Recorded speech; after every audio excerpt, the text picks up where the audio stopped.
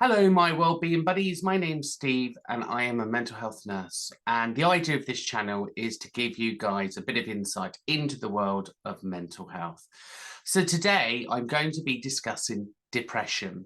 And did you know it's predicted by 2030 it's going to be one of the biggest causes and burdens to the economy?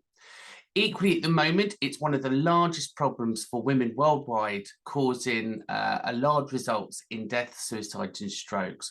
So this is a huge global burden. So no matter where you are, this is a problem.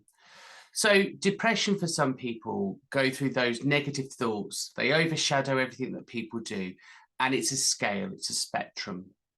So what I want us to do today is just have a look at what we're going to cover. So we're going to discuss what is depression. So a basic overview so we can understand and support it. What causes depression? So we understand that it's not blame and people aren't doing anything wrong. We've got some risk factors here. We're going to understand the signs. We're going to understand how to treat it. And then we're going to understand, again, how it's assessed and look at some of those natural treatments and medication options. So let's start off with what depression is. So depression's a mood disorder for a start, and under mood disorders there's an umbrella term there, and as we go through this channel we're going to talk about other disorders that relate to the mood disorder family. So here what we're looking at is depression is a symptom of low moods that can be there for a significant period of time. And in the NICE guidelines, so that's the National Institute for Clinical Excellence, it suggests an episode of more than 2 weeks. And it's where we start to have adverse activities in life, which causes those feelings of worthlessness and just feeling low and down and depressed. So it should be a phase that we can come in and out of. And as I said, it affects you on a scale, or affects people on a scale. So we can have it quite mild to quite severe. So a depressive episode or a state of low mood is known as where we're at. And the problem with that is we need to keep an eye out for relapsing. So that's when the signs can return. And they can normally return within 6 months after the last episode. We can have a recurrent, so that's where it comes around on a regular basis. So it might be a seasonal thing, and you may have heard of SAD, the seasonal affective disorder. But equally, we have triggers in our lives. We don't get through life without having problems and anniversary dates and those moments that trigger us mentally. So just being mindful and aware of your own clinical or your own psychology, really, to what can trigger you to be low in mood is really useful. And again, we then can go into that more chronic depressive orders, and that's where it lasts for 2 years or more. So what is depression? It's a period of low mood, a negative feeling, that feeling of heaviness and feeling sad and blue and down. And again, it does differ from people to people when they try to explain what depression is. So ultimately, what causes depression? Why do people get depressed? Well, research says that at the moment there's no single cause. There's multiple causes, and we can go along the biosocial model of health and care to find this. But biologically, it could be genetics, it could be just the way that we're feeling. Maybe there's something going on where we're just unwell. Or we have other stress factors in our lives and psychological problems. So it could be things like unresolved childhood problems or unresolved emotional problems. So if we've been through some trauma in our lives and we haven't closed that episode down. And what normally happens with trauma, it's meant to progress through the brain from the working memory to the short-term memory to the long-term memory. And what can happen with trauma, sometimes it can get stuck. So just doing a piece of work to bring trauma forward to reprocess could be really helpful. It could be things around certain medications. So depending on what you're taking, it's always worthwhile to go to a pharmacist, get a review of your medications to see if any of those are contributing to the factors of feeling low in mood. There could be other medical conditions. So, for example, you could have underactive thyroids, you could have had a stroke or a heart attack, And that's going to reduce the way that we feel and increase those symptoms of depression. We know a lack of sunlight can cause depression and low moods. So again, if you're a night worker, I wouldn't be surprised if you had those episodes of feeling low in mood. But equally, if you work in an office and you're just not getting out enough, then that could be a problem. We recognise that there are some neurotransmitters imbalances. So we're not solely now saying it is a drop of serotonin in the brain, because actually recent research is suggesting otherwise to that. But we do know that in the brain, we have lots of other chemicals going on. And so therefore, it could be an imbalance there. It could be something as simple as a nutritional deficiency. So again, just having some bloods done, maybe checking your iron, anemia, your vitamins, Bs, making sure that your immune system's up and working and everything's great there. It could be toxicity. So maybe there's an episode of substance abuse going on. If you're drinking, if you're smoking, I know we think that these things are good for us and we don't want to hear it. But the reality is it can lower your mood and it can result in the opposite effect to what you think it's doing. Diet. So if we're not having enough enriched nutrients in our diet, that can cause it and cause low mood. And again, glucose and blood sugars. So being hyperglycemia, so having those low blood sugars. So ultimately, there are a lot of causes for depression. And if we can understand some of the causes of depression, then what we can do is we can put together our treatment plan, a way of managing this more naturally to keep our mood and well-being balanced. And remember, there's no health without mental health. So in other words, we need to make sure that our body, our engine is working well. So we've been to the GP, we've had our NHS health checks if we're entitled to them, or we're just doing our physical health checks. So we're measuring our blood pressure. You know, are we in a normal range between 60 and 120? Or are we going hypertensive? So where we're looking at maybe 140 between 60 and 80 to that 140, 160, 180. So those stages of hypertension. So whatever causes depression, what we know is there's lots of things that we can do about it. And it's really important for us to be mindful of the treatment plans and the things that are out there. So we move on then to the risk factors. And risk factors are really important. All of us in life are able to make positive choices. We're able to take risks, and we do that every day. And the reality is we have positive risks, so things that we can do well at, things that are going to promote our independence and our well-being. And then sometimes we make unwise choices. And again, we've associated that risks are there. And mental health works in a very similar way. Some of us, we may have a lot of protective factors, a lot of things that keep us going. And that might be our family, our friends, our job, and we call those protective factors. So the more protective factors we have around us, the less likely it is for us to sink deeper and deeper and deeper, because we're more likely to do something about this, seek help, get treatment early. If we lack protective risk factors, so for example, a breakdown in relationship, managing debt, loss of a job, those risk factors increase our chances of suicidal thinking, suicidal behavior, self-injury and self-harm, or again, just going lower and lower in mood.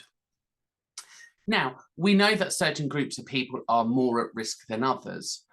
And equally, we know that if we are in a depressive episode, that can carry other problems through our life. So, for example, we know depression affects 21% of women more so than men or their counterpart. However, men in their 40s plus are more likely to enter into that depressive episode. It was formerly known as the midlife crisis. For men, you know when you're there, it's when you've got your first tattoo and your motorbike, and you're making unwise choices for no apparent reason.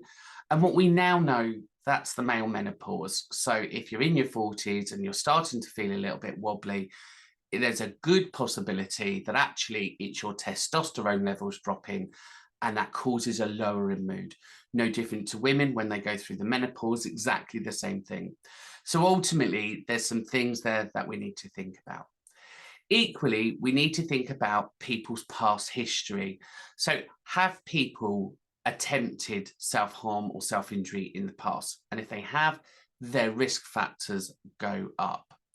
So when we look at risk factors, we're looking at all of the things that can contribute to increasing that risk of somebody becoming unwell or making very unwise choices. So according to recent research, there is a list that we can run through. So here they are. Advancing in age, it's the one thing that we know that's going to happen to us all, but it is something that we struggle with. Being female, so if you're female, it increases the risk of mood disorders. Living alone, so it's that social isolation, lacking yourself, being deprived, not going out, and feeling quite isolated. And the more we're isolated, the longer we stay isolated, and the harder it is to get out. Recently being divorced, well, for a lot of the patients that I've worked with in the past, some celebrate being divorced. They see it as freedom, and others see it as a complete loss of their world around them, and therefore that can be a positive or negative there.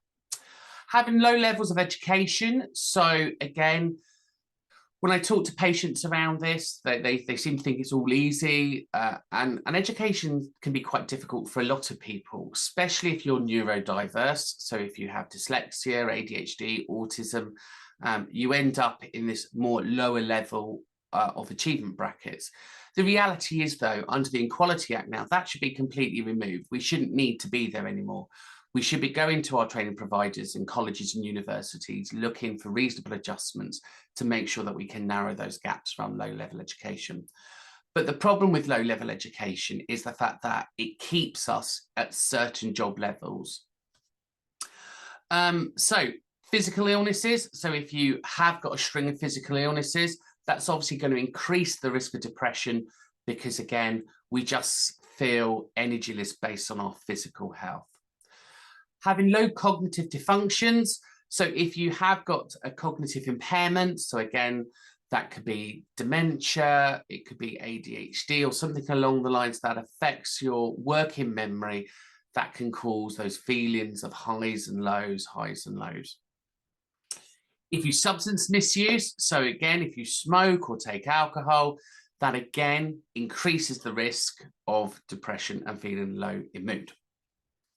So not having a purpose to life. When you talk to somebody, and I call it the Eeyore effect, oh, what's the point? Nobody understands me. I can't achieve anything.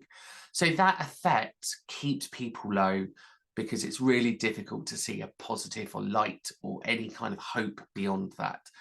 And working with depression, it's all about picking up that hope level and trying to get people to be a better version of themselves and seeing that light.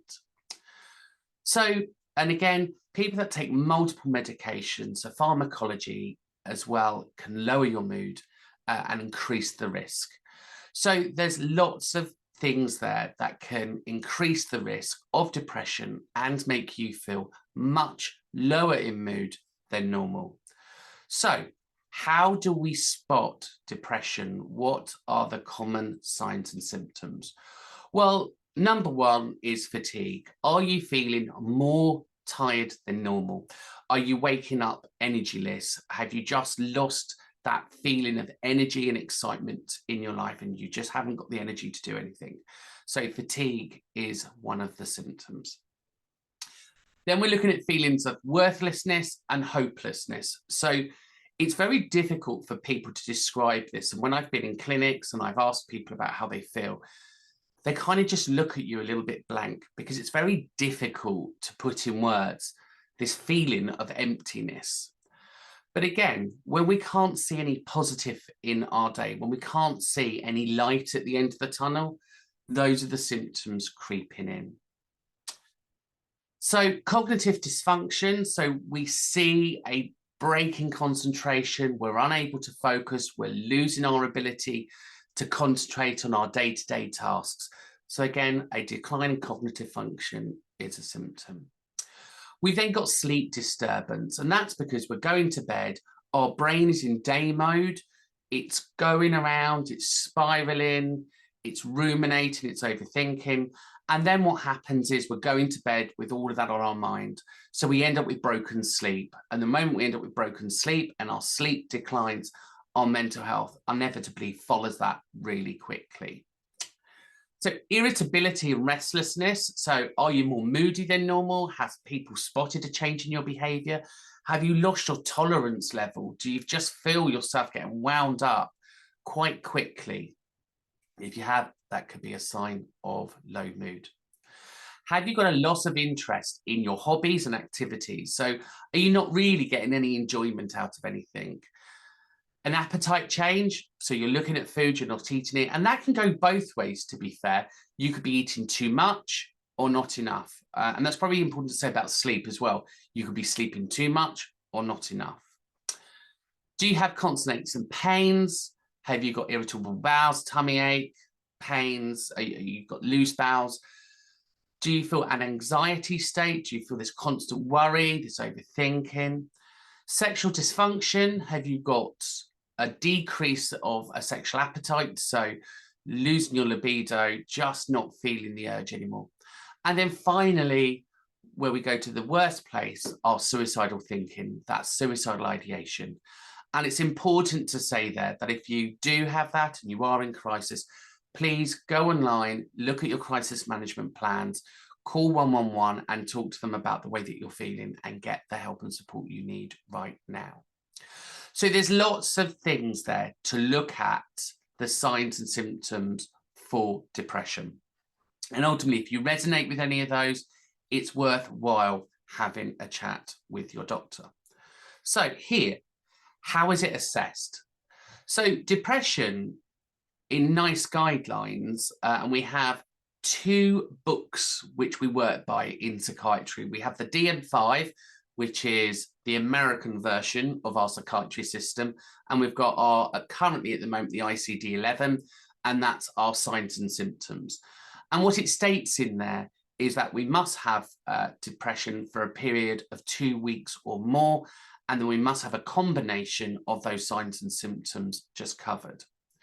And what tends to happen when you go to your GP, they'll do 2 things. They'll do a history taken from you. So they'll ask you lots of questions. How long have you been feeling like this? What were your last negative thoughts? How are you eating and sleeping? And then they'll probably ask you to complete a questionnaire. And this questionnaire is called the PHQ-9, which stands for the Patient Health Questionnaire. And what happens in that, it measures your mood and it scores you. So it asks you a series of questions, and at the end of that series of questions, you end up with some scores. Now, obviously, we don't want everyone going around self-diagnosing, but it is useful. If you are feeling low in mood, you can go online to somewhere like Med Calculator, key in PH9, the PHQ-9, and you will see the questionnaires that are used. Now, there are other versions of clinical assessment tools. This is just probably the most common one that's used in primary healthcare because it's a quick screening tool. And ultimately, at the end of that screening, it comes up with a figure. So between something like 0 to 9 or 0 to 7, you haven't got anything. Then we go for the mild, then we go to the more severe, and then we're looking at the top. And when we do that, what we're looking at then is how severe is this for you?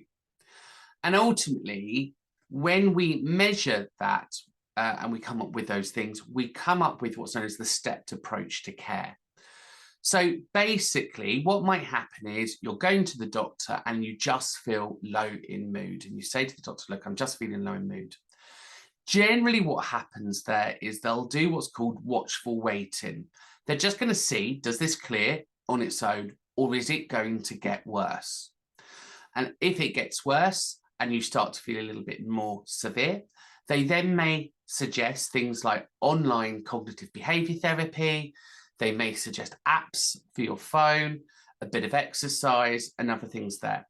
If that doesn't work and you're progressing up and you're still feeling worse, they then might go for more high intensity psychological interventions, and that'll be through your IAP service. So for that, again, cognitive behavior therapy to kind of work out where this is coming from, or talking therapies such as counseling. And again, they may look at low-level medication interventions. And then finally, if we move up to the chronic, so we've had this for more than 2 years, you're going to be looking at high-intensity psychological interventions, crisis management plans, combination treatments, and lots of other things there to help you along the way. So that's how the scores are used when we assess patients for depression. Now, ultimately, I've been doing this job a long time now, and I'm not going to give my age away or how long I've been doing it, but I've been doing it a long time.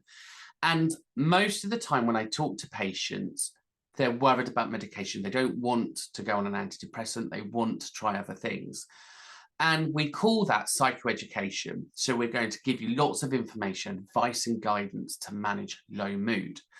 The problem is, in a GP setting, that takes quite a long time to sit down and explain everything to somebody. And we know that GPs are under strain, and we know that we've got a very limited amount of time.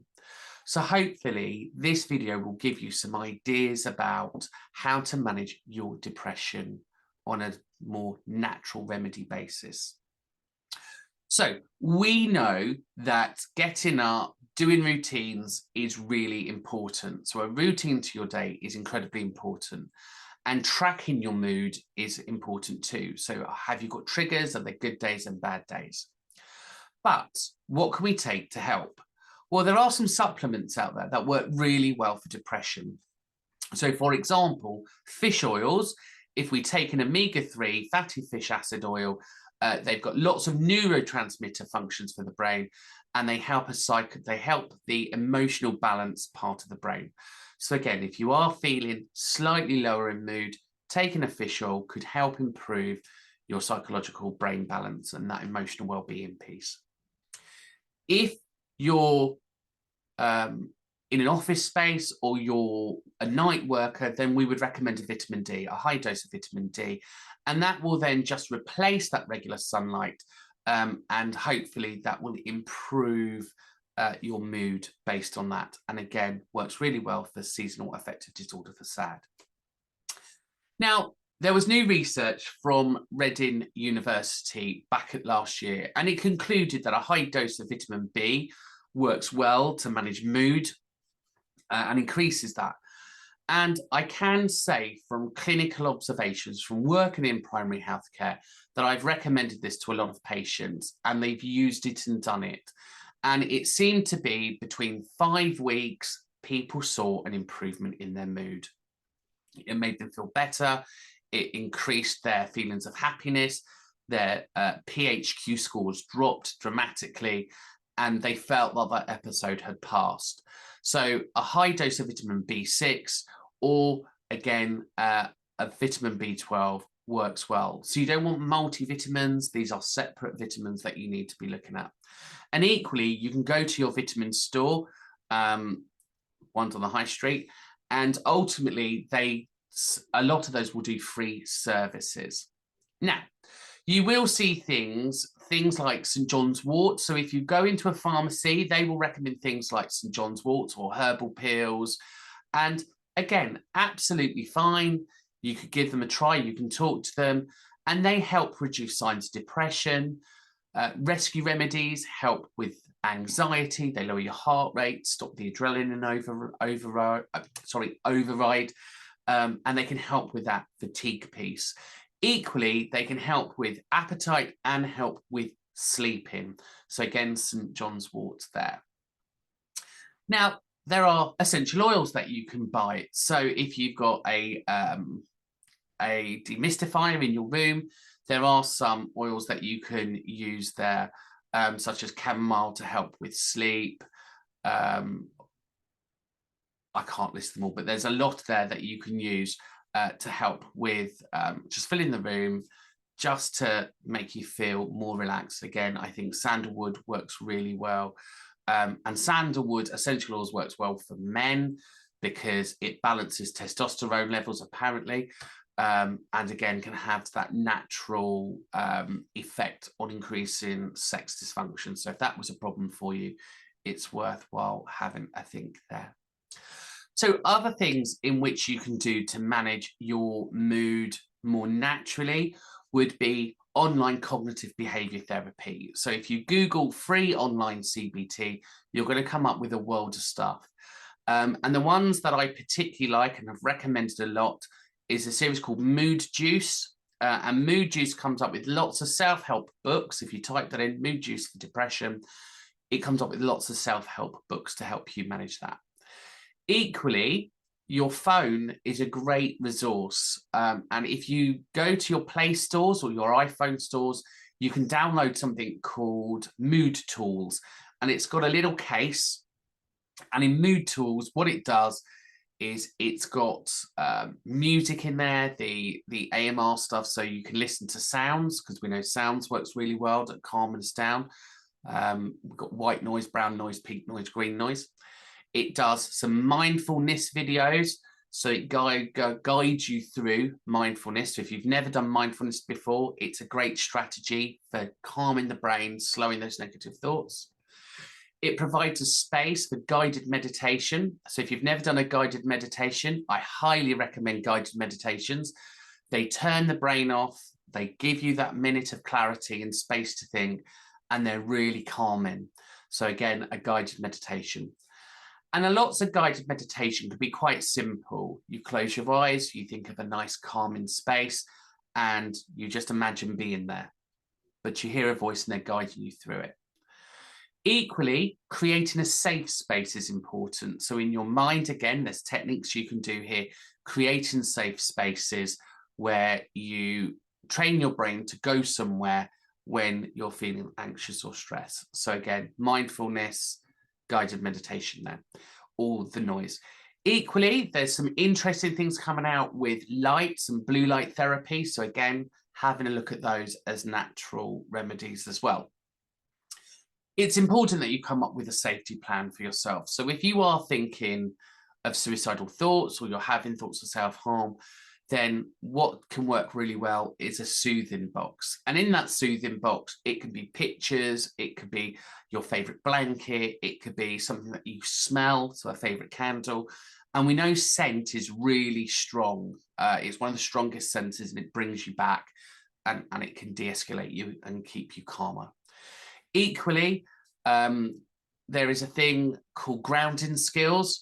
So if you've never done grounding skills before, you can YouTube this. So if you type grounding skills are amazing. They can really bring you out of a spiraling thought episode, and they can just hold you. And it's called the 5-4-3-2-1 technique. So it's where you see 5 things around the room, feel them, touch them, smell them, and then think of an emotion. So that works really well as well. Equally, if that wasn't enough, we can go down the vagus nerve route. So the vagus nerve, there's a lot of evidence about the vagus nerve stimulating the body, calming you down. And what the vagus nerve does is it kind of just leaves your body in a nice calm state. And there's 3 techniques on stimulating the vagus nerve. So the first technique is just rubbing your ear nice and gently. So we just rub our ear nice and gently. And when we think about that, we did that as children, but it's really soothing. The next thing we can do is called triangular breathing. So we breathe in for 4 seconds and we breathe out for 8. So we breathe in for 4, breathe out for 8. So again, lots of breathing techniques online. You could do square breathing. So that's where you breathe for 4, in for 4, out for 4, hold 4, in for 4, out for 4, hold for 4. Or you can do circular breathing, lots of different breathing techniques, and we will show you those in other videos. And then if that doesn't work, we can go 1 step higher and we can hum. And humming vibrates the vagus nerve throughout the body, and it can just calm you down. So,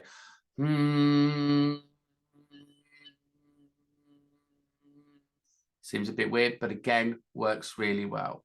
So we can stimulate that vagus nerve and calm us down. So lots of things we can do here to help manage that depression, manage those low thoughts and managing those spiraling thoughts. Grounding skills, meditation, guided meditation, vagus nerve, soothing box, phone app, online CBT or self-help. And if none of that works and you're still feeling low mood and you've done all your natural remedy stuff, then probably you've hit that point where you need to have that discussion back with the GP. And this is where we are now when we're looking at further treatment for medication.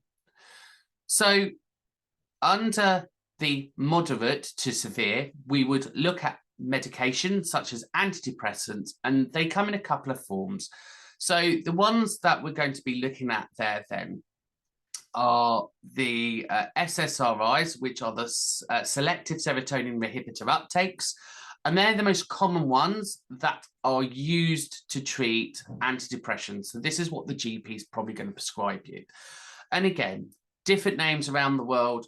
I'm just going to use the names that we use here in the United Kingdom. But if you're watching this elsewhere, your names may differ. But ultimately, I'm sure they're going to be roughly the same drugs there.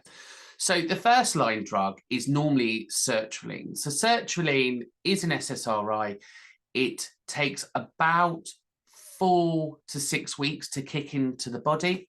We would normally start you on 50 milligrams, so a nice low dose, and then we would review that around 2 weeks, 4 weeks, just to see how you're getting on, and then intervals to see how you're doing. Now, what's important around taking an antidepressant for the first time is understanding the side effects. So most antidepressants have the same amount of side effects. They can make you feel a bit jittery. They can make you feel a little bit more on edge. They can lower your mood and make you feel a little bit worse before you get better. They can increase suicidal ideations. That suicidal thinking could increase, so there is a risk there. Equally, they can cause diarrhea, not all the time, but some of the time. And they can cause what I tend to call brain fog. You're kind of there, it's kicking in. What tends to happen is those symptoms come and go quite quickly.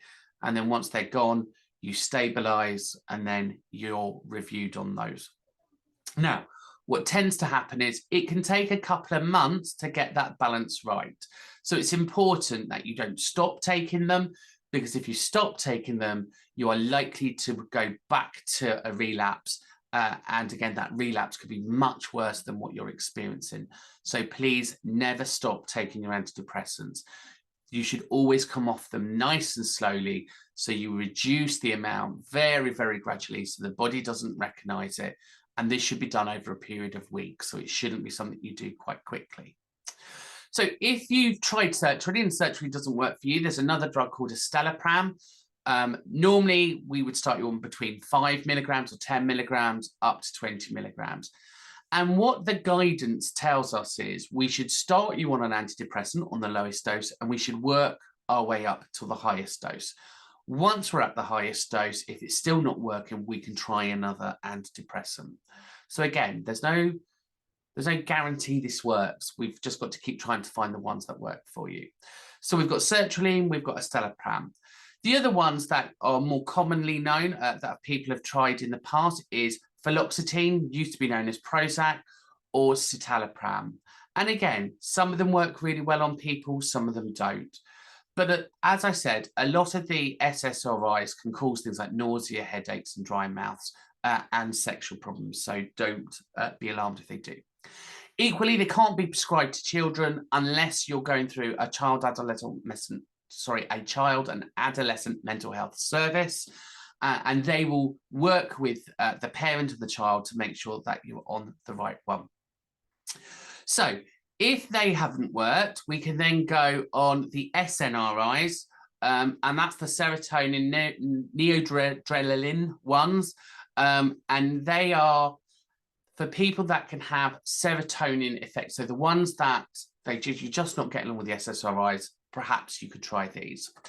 And for those, we're looking at venlafaxine, which is normally a popular one. Duloxetine, again, duloxetine works really well with mood, but also works well with pain and other conditions. And then finally, there is mirtazapine. Now, mirtazapine is a strange drug. And this is really important that we understand how mirtazapine works. So I have a lot of people that used to come to see me. They were on 30, 45 milligrams of mirtazapine, and they're like, I can't sleep. And that's because mirtazapine above 15 milligrams is an awakening drug. It will keep you alert. It will keep you awake. So if you're using mirtazapine on a low dose for maybe that insomnia and low mood, then keeping it on a low dose is where you need to be, ideally. And then obviously, if you go into the higher dose, it's going to have a wakening effect. It's going to stimulate you and wake you up because it's trying to improve your mood. And sometimes what you might get from psychiatry, they may do a combination, or your doctor might prescribe a combination. So you might have mirtazapine to help you sleep, and then maybe sertraline or escitalopram. So you may have a combination of drugs. But again, that's entirely down to the doctors to help you. Now, what's important is if you are prescribed medication, that you're aware of symptoms, the signs and symptoms, especially if you start to come off of them. So as you come off medication, you may end up with withdrawal symptoms. So they could be things like an upset tummy, flu-like symptoms, anxiety, dizziness, again, vivid dreams. A lot of this can affect dreams, and then pins and needles feeling. Again, they shouldn't last quite long, and they should move over quite quickly. So again, they're looking at different things, different ways of coming off and being sure that you're ready to come off. Finally, if you've got that chronic episode, so you've had depression for more than 2 years, there is a high possibility that we're entering in the treat-resistant zone for depression. But there are other things there that can be done, and that's things around brain stimulation. Lots of different things around ways to manage that. That could be vagus nerve stimulation, electric compulsive therapy stimulation, and other drugs. So again, we move through the set of drugs. And normally, if you've had an episode of depression for more than 2 years, it's likely now that you'll be working with psychiatry and your doctor's just supporting you in the background.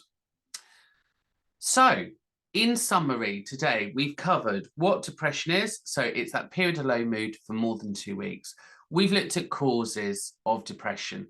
So that can be trauma, stress, genetics, alcohol, substance misuse. We've looked at the risk factors. So we've looked at the protective factors such as job, employment, relationships, and we've looked at those risk factors when they're taken away and what happens to that suicidal thinking and risks there. We've looked at some of those signs. So we've looked at, are you feeling tired? Are you feeling sick? Are you not eating? Are you just having negative thoughts and finding down to that suicidal thinking? We've discussed how it's assessed, so that clinical history taking, evidencing that it's been there for more than a couple of weeks, doing those screening questionnaires such as the PHQ-9. We've looked at some natural treatment remedies. So we've looked at the healthier diets, exercise, mindfulness, vitamins, and again, just trying to manage our health and well-being in a more positive way. Equally, if you know what the triggers are, we can manage it that way as well. And finally, we've looked at medication treatment for this. So we've looked at what would be prescribed traditionally for people experiencing depression. Now, it can be a scary thing for people to come along with people that are depressed. Ultimately, if you are somebody that's never experienced depression before and you want to help somebody that's feeling depressed, the most important thing that you can do as a mental health first aider is this. It's listening, being non-judgmental, providing the safe space for somebody to talk without judgment. Don't share your stories and how you feel. Just allow them to talk.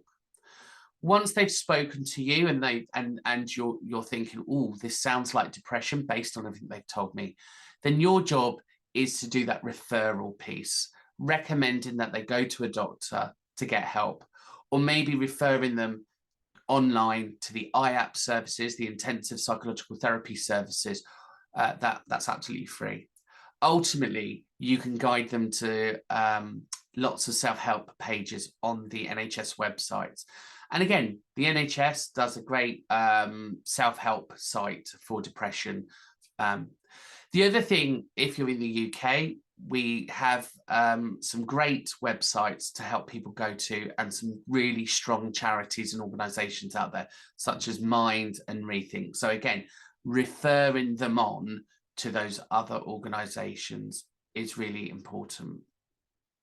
Once you've done that, then just being there and that listening ear is what people need. So making sure that they're safe. And again, ask the question around suicide. And this may seem a very strange thing to do to somebody, but ask them and say to them, have you got suicidal thinking? Are you thinking of suicide? Because unless you ask somebody that question, you are never going to know. And you never want to be that last person that somebody spoke to, because that's where the fear comes from. And if somebody says to you, yes, I am feeling suicidal, yes, I am having suicidal thoughts, then you want to be able to keep them safe and say, well, are you fit? You know, do you have a plan? Are you going to do it? Or are you just thinking about this? If they're just thinking about it, then that referral piece, get them to call 111, refer them on. However, if they have an active plan and they say to you, I'm going to kill myself, then you obviously don't want to leave them. You don't want them out your sight. And then it's going to be down to the case of calling the emergency services to say, look, I've got somebody, they are in a very fragile state. They are talking about, they've got a plan to kill themselves. So again, you being there. What you want to do is you want to listen out for what's called the turning points. And turning points are if they've told you anything positive. Because what we want to do is we want to turn that spiraling thought around to something more positive. So, for example, they may mention, I don't know, their pet. Great. Oh, so you've got your cat at home. Oh, you know, who's going to look after your cat? What's going to happen there? So just to try to get them to think about something positive. Equally, you might just want to put them into a safe space. And a safe space may just be using those grounding skills we talked about, some self-help, meditation. So if you've got that app, Mood Tools on your phone, you can download that. And in there, it has a safety plan. It tells you what to do. Equally, there's lots of suicide prevention line numbers. So if you just typed in suicide into your phone, you will come up with lots of phone numbers to help. So maybe that's a referral to Samaritans, the National Suicide Line. We will cover an episode on suicide and we'll go into a little bit more detail. But I'm hoping you found that session useful, and I'm hoping that that's giving you the confidence to support people with depression. Thanks for watching, and my name's been Steve.